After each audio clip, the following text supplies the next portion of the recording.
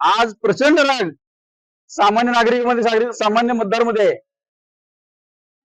मी मतदारांनी उमेदवाराकडून मिळणारी मदत घेऊ नये या अपेक्षेचं नाही, घेऊ नये असं माझं म्हणणं नाहीये, पण योग्य माणसाला त्यांनी योग्य माणसासमोर बटन दाबलं पाहिजे. तर तसं होताना दिसत नाहीये, याची खंत मला वाटते. नाही, मी तसा जाहीर कोणाला पाठिंबाही दिलेला नाही, देणारही नाही. लोकांनी ठरवलं. आज माझी सामाजिक संस्था आहे, सामाजिक संस्थेच्या चळवळी उभा करून लोकांच्या अडीअडचणी मी सॉल्व्ह केलेल्या आहेत, कोणत्याही अपेक्षा न बाळगता.